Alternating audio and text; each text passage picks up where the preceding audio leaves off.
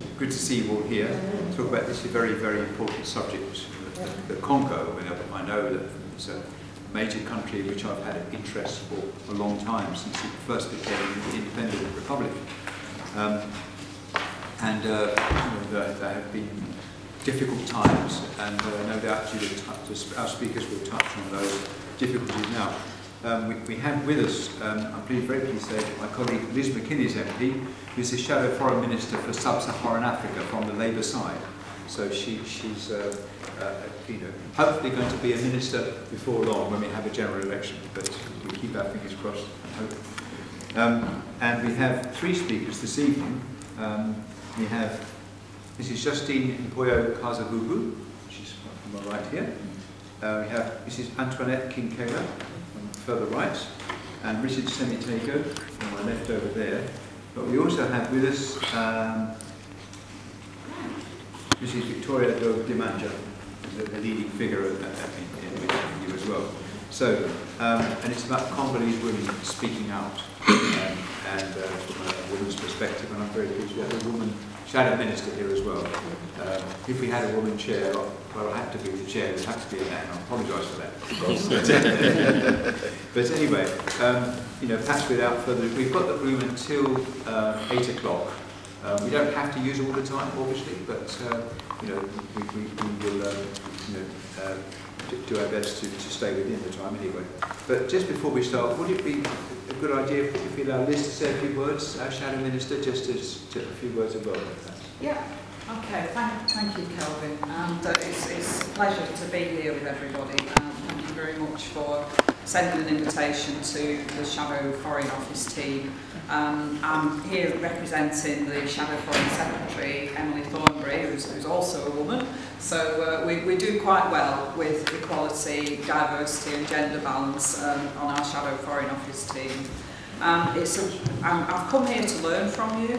My brief is to cover all the countries in Sub-Saharan Africa, so it's a tough job, and I'm welcoming Richard here as well from Uganda, which also has its own problems.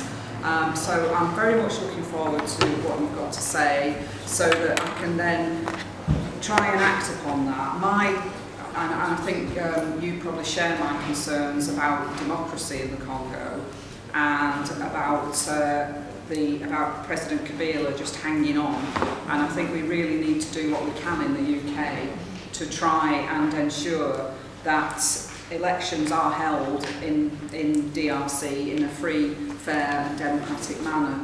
I'm also very pleased that we're going to be hearing from women here this evening, because it is always women and girls who bear the brunt of any kind of conflict. It's always the women and the girls that really suffer, and their voices aren't heard often enough. So I'm really looking forward to hearing from these fantastic women here tonight. So thank you very much, everybody, and I hope we have a really productive evening. I should also introduce our Secretary, Maggie Bowden, who's sitting over here. Robin, who works in our office as well. They here, obviously, they're the real power in the land. Chairs just chair meetings, others do all the work. But anyway, it's my great pleasure now to introduce our first speaker, Justine Kasa-Vubu, and we look forward to hearing what you have to say. So, good evening, everyone. Good evening. So, thank you very much for the invitation. It's a privilege for me to be here for the first time in this prestigious place, which I've always watched on TV, but today, being here is very something special.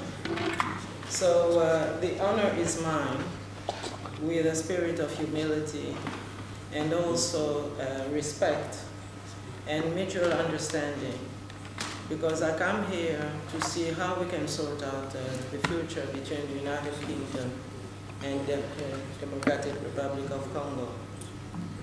So one temptation is, of course, to bring emotions here, but I will put emotions outside and just bring perspective, what is possible, what we can possibly do. So the opportunity is also to share insights of the whole situation and most importantly, how a state leadership can be set up in this country.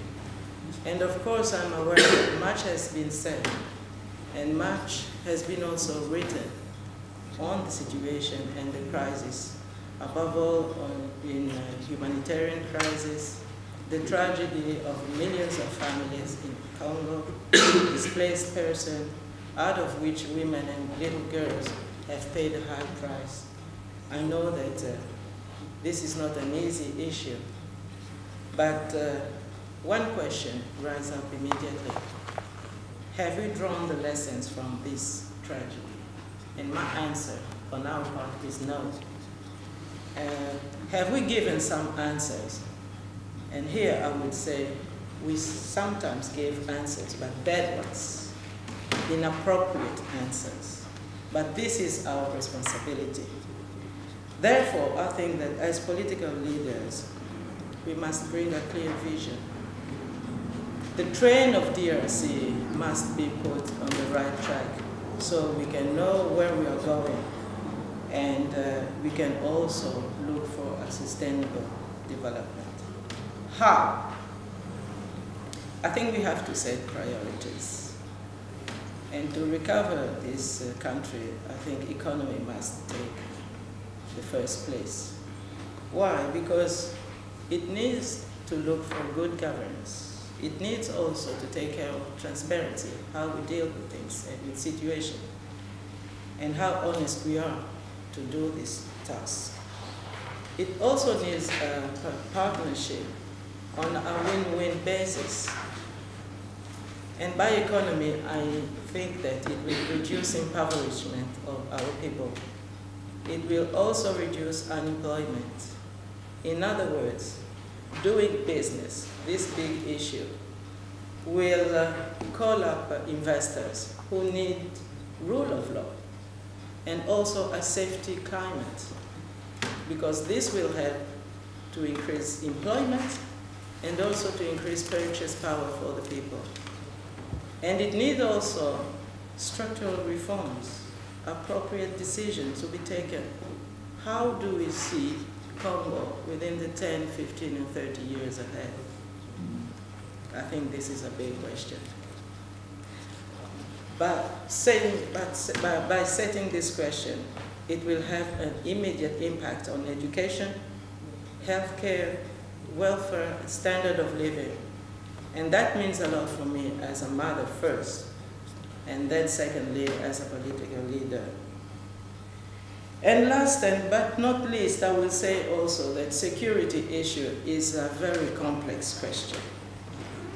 And for me, it doesn't only mean a problem of minority, ethnic minority against others, or looking for some guarantees to protect them because they feel threatened. But it means moreover stability all over the country, in the sub-region, in Africa, and it means also security for the free world. And why do I say that?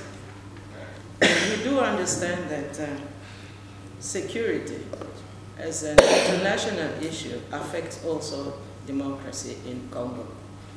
And here I would like to make reference to a book that I've read many years ago, but I had the pleasure to open again this book. And it refers to the book written by John Fitzgerald Kennedy, the late former President of the United States. And it's entitled Global Strategy for Peace. And in that book you can see that free world, according to his views, meant that to remain safe, a free world needed to have a Congo stabilized, to have a full cooperation with the, Congo, because free world has science and technology, and Congo has raw materials and mineral resources. So President Kennedy was saying that to reach those goals, the free world must do what it can possibly do to help Congo to stay close, so that these security matters can be really be held with responsibility. So I think that security issue for us today, it means a lot. Not only the sake of democracy, but who is in charge? Who is responsible? Who must take care of this country? Who can we rely on? So in the light of this reference, I think that it's worth being here and say to United Kingdom that we have our hands open to find out a new partnership, because all solutions that we have tried over the last 20 years failed. So we need to start something new. But I would also add in this matter that it's so much better and more safe for everyone to come in a house by the main door, because there is always a landlord who is waiting to see who will be the visitor. By knocking at the main door, it's better instead of jumping by the window or in the backyard, because the landlord will ask first the visitor the purpose of this visit, and he will welcome the visitor before he can negotiate, if it is necessary to negotiate something. So I think this kind of attitude of behavior brings more safety, and it brings more security also for the two partners. Instead, jumping in, it means what? It means more risk, because you will meet sometimes a substitute.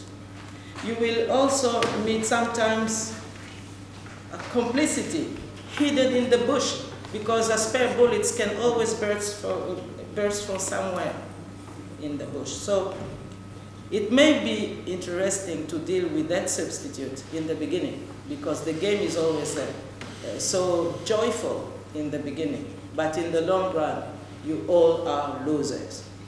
So I think that we have to promote a better partnership with responsibility.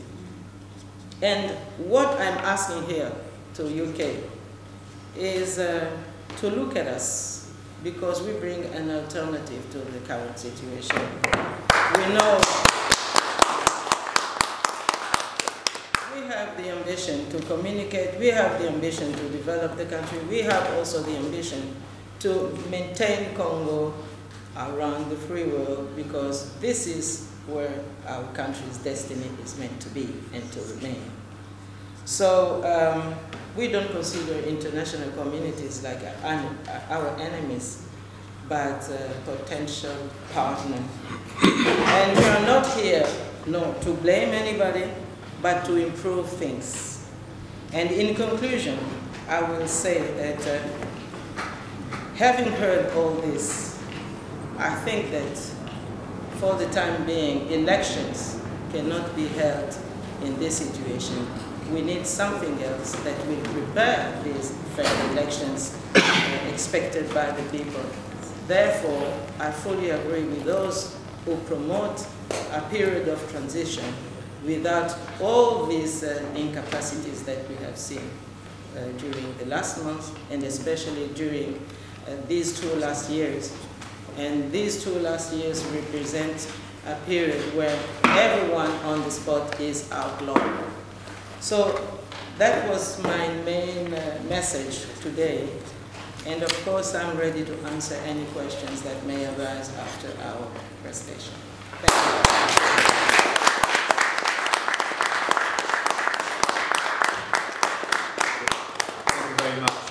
Thank you very much, Mrs. Kasa-Vubu. And can I say, I should have perhaps read out all her personal details, but I'm sure most of you know her well anyway. But perhaps I will do that now. But before that, I propose to take all the speakers in a row, one after the other, 3 speakers, and then open the floor to questions and comments, and we can have a debate then after that. But I should say about Mrs. Kasa-Vubu, as I say, you know, a familiar name to me because her father was Prime Minister, President, first President of the Congo. She's the daughter of the first President of the Democratic Republic of Congo, the late President Joseph Kasa-Vubu. She has a BA in International College from the Rosie Roll in Switzerland and the Catholic University of Louvain in Belgium. She worked in the HCR in the UN in Geneva. She represented UDPS in Benelux, and she's a former Minister of Public Service and Social Welfare in the Congolese government. Was a former Minister, Resident, Ambassador Plenipotentiary in Belgium. She was recently elected African Woman Politician of the Year, very distinguished, and currently is President of the Congolese Diaspora government and the Democratic movement. A determined and unswerving woman, she's dedicated most of her life to the situation in the DRC. Courageous and patriotic, she denounces very bluntly all the way and stands up against all that is done to break the DRC, to make it a failed country and to plunge its population into disaster. She is leading the campaign to prevent such disasters happening. So thank you very much for your presentation, and we'll do with the other speakers, and then we can have some questions after.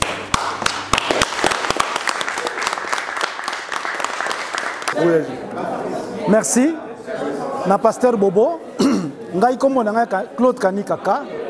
Tozali awa na Parlement anglais, Parlement britannique. Tozala ki na MP, c'est-à-dire député na bango. Toyambi maman Justine Kasa-Vubu, ye présidente ya Diaspora, c'est-à-dire présidente ya ba Congolais sont étrangers. Conférence l'équipe bien. Alors, ba doléance na biso to pesi. The next step is to continue la bango lisusu résumé ya makambo ndenge toyaki kosala réunion awa to continue tina premier ministre to continuer maman Justine azana visa ya 6 mois akozonga lisusu to organiser lisusu na meeting mususu na mama kaka wana parlement to continuer kosala makelele ya bangungi ti e ko déranger bango bakozwa décision ya kotika makambo ya mboka na biso moko to gérer ezalaki malamu nakanisi kasi eloko moko ba Congo balingi koyeba balingi kosala boninga na mindele soki basali boninga na mindele te ezali mobembo te. Balandi un micro du pasteur Bobo partout où vous êtes à travers le monde. Toza awa na Parlement Britannique qui wape pai Justine Kasa-Vubu a autosala speech nae dans ce Bolandi yango pesa speech na kati ya Parlement mais c'est en anglais. Alors c'est qui m'a solo anglais, la question en anglais, la réponse en anglais. À ce point-là qui a la langue là-bas, on peut pas comprendre dans la langue là-bas. Pour souvent ils ont la traduction. Maintenant quand on ne peut pas pourquoi pas tout ça système bapaya bango tant bazu pouvoir bapaya ba continuer anglais là bas bango et puis bazu OIF pour pas c'est pas ton code pas anglais to boto la comment on to diriger pour moi les amis micro du pasteur Bobo assisté speech naé aller ko s'apprêter à sur la communauté et puis à que na États-Unis d'Amérique na université na San Francisco. Et c'est là qui micro du pasteur Bobo, il y a England, Bomoni Yango, Tolobi, Ingetara, Zambé, Asuma. Merci.